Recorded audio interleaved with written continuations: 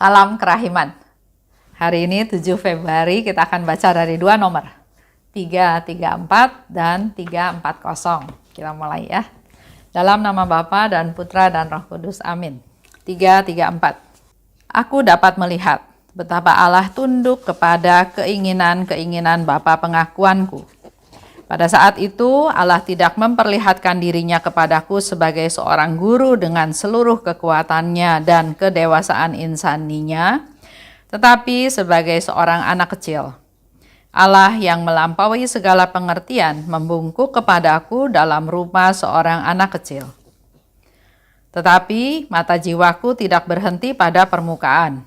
Meskipun engkau mengambil rupa seorang anak, aku melihat dalam dirimu, Tuhan, semua Tuhan. Engkau kekal dan tak terbatas. Engkau disembah oleh roh-roh yang murni siang dan malam. Dan bagimu hati para serafim berkobar-kobar dengan api cinta yang paling murni. Ya Kristus, ya Yesus, aku ingin mengungguli mereka dalam cintaku akan Dikau. Aku minta maaf kepada kalian, hai roh-roh yang murni, atas keberanianku membandingkan diriku dengan kalian. Aku hanyalah tumpukan kemalangan, jurang kepapaan. Sedangkan engkau ya Allah adalah kedalaman kerahiman yang tak terselami, yang menelan aku ibarat panas matahari melahap setetes embun. Satu tatapan mata penuh kasih darimu akan meratakan jurang. Aku merasakan kebahagiaan yang luar biasa atas keagungan Allah. Menyaksikan keagungan Allah lebih dari cukup untuk membuatku bahagia sepanjang segala abad. 340. Kini aku tahu bahwa tidak suatu pun dapat menghentikan kasihku bagimu ya Yesus, baik penderitaan, sengsara, api, pedang, maupun kematian sendiri. Aku merasa lebih kuat daripada semua hal itu. Tidak ada suatu pun yang dapat dibandingkan dengan kasih.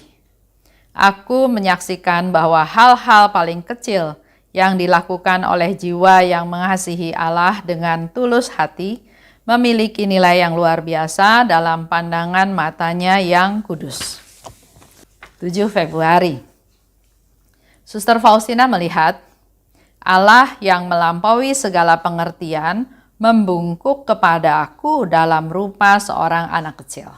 Jadi Suster Faustina ada satu penglihatan ya. Biasanya gambaran Allah itu Allah yang luar biasa, yang besar, yang bersinar, yang penuh dengan kebijaksanaan ya. Yesus hadir sebagai Imam Agung, luar biasa. Tapi saat ini, hari ini, kali ini, Suster Faustina melihat Allah hadir dalam rupa anak kecil. Meskipun engkau mengambil rupa seorang anak, aku melihat dalam dirimu, Tuhan semua Tuhan, engkau kekal dan tak terbatas. Kita juga mau belajar dari Suster Faustina, jangan hanya melihat apa yang kelihatan, tapi melihat pesan apa yang ada di balik itu semua. Dan Suster Faustina katakan, dia lihat bukan hanya sekedar anak kecil, tapi dia melihat Tuhan yang adalah Tuhan para Tuhan. Engkau kekal dan tidak terbatas. Ungkapan ini baru bisa dikatakan oleh Suster Faustina karena dia punya pengalaman pribadi selama dalam kehidupannya. Ada banyak pengalaman yang dia alami sehingga dia bisa menyimpulkan seperti itu. Begitu pula dengan kita perlu punya pengalaman pribadi dengan Tuhan. Kalau nggak punya pengalaman pribadi, kita nggak bisa menggambarkan Allah yang seperti apa yang kita kenal. Allah yang baik. Oke, baik yang seperti apa? Allah yang esa, Allah yang kuasa, yang seperti apa? Bukan teori ya, tapi yang kita alami. Dengan pengalaman Suster Faustina berelasi dengan Tuhan, walaupun dia melihat tampilan Allah sebagai seorang anak kecil, tapi dia tahu ini adalah Tuhan dari semua Tuhan. Ini adalah Allah yang kekal, yang tidak terbatas. Engkau disembah oleh roh-roh murni siang dan malam. Ini masih penglihatannya Suster Faustina ya. Tuhan Bapa Allah disembah oleh roh-roh yang murni siang dan malam. Oleh para serafim, hati mereka berkobar-kobar dengan api cinta yang murni. Memuji Tuhan, menyembah Tuhan, itulah yang menjadi aktivitas hari-hari para jiwa-jiwa yang murni dan serafim. Tapi dikatakan oleh Suster Faustina, aku ingin mengungguli mereka. Bukan berarti dia mau bersaing, tapi dia punya niat, punya keinginan, punya tujuan, punya prioritas, punya usaha untuk sedemikian rupa besar sehingga dia mau mengungguli mereka. Dalam cintaku akan dikau. Jadi cintanya itu memang mau sebesar mungkin, mau mengalahkan, bukan berarti bersaing, tapi dia mau bersungguh-sungguh. Kalau kita melakukan biasa-biasa aja, kita nggak mungkin bisa melakukan sesuatu atau bisa menghasilkan sesuatu yang luar biasa, sesuatu yang besar. Di sini mau dikatakan bahwa dia melakukannya dengan kesungguhan, dengan ketulusan, dengan satu tujuan yang luar biasa, yang dengan sungguh-sungguh, supaya hasilnya juga sangat luar biasa. Aku hanyalah tumpukan kemalangan dan jurang kepapaan. Dia dengan rendah hati berkata kepada Tuhan, aku hanyalah tumpukan kemalangan dan jurang kepapaan. Sedangkan engkau adalah kerahiman yang tidak terselami. Tapi satu tatapan mata penuh kasih darimu akan meratakan jurang. Dia tahu Allah itu penuh belas kasih, penuh kerahiman. Walaupun dia tahu dia sangat papa, dia nggak berdaya, sedangkan Allah itu luar biasa maha tinggi yang jaraknya jauh sekali, yang kayaknya nggak bisa dicapai.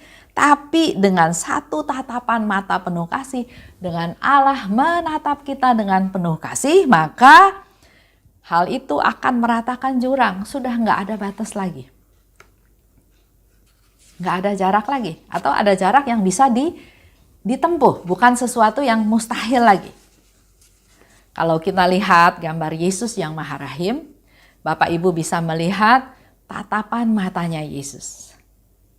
Tatapan yang penuh kasih, tatapan yang mengasihi, yang memperhatikan, yang mengampuni, yang peduli. Dan itu dikatakan juga oleh Tuhan bahwa tatapan mataku yang dilihat itu sama seperti tatapan mataku pada waktu aku di atas salib. Jadi walaupun dia menderita, walaupun dia susah, tapi tetap matanya itu menunjukkan tatapan yang penuh kasih. Kini aku tahu, tidak suatu pun dapat menghentikan kasihku padamu. Suster Faustina mendapat satu kesimpulan bahwa nggak ada satupun yang bisa menghalangi kasihku padamu. Apakah itu penderitaan? Apakah itu sengsara? Apakah itu api? Apakah itu pedang? Atau bahkan kematian? Nggak ada satupun yang bisa membuat dia stop untuk tidak mencintai Tuhan. Aku merasa kuat dari semua itu, tidak dapat dibandingkan dengan kasih. Karena dia punya kasih yang besar. Justru dengan kasih yang besar kepada Tuhan, maka segala rintangan itu buat dia bukan hal yang membuat dia stop. Kasih yang besar ini justru punya kekuatan, punya potensi, punya kekuasaan untuk bisa menghancurkan, menghalau hal-hal yang membuat perjalanan dia ke Tuhan itu berhenti. Cinta yang besar mengalahkan penderitaan, kesengsaraan, api, bahkan kematian.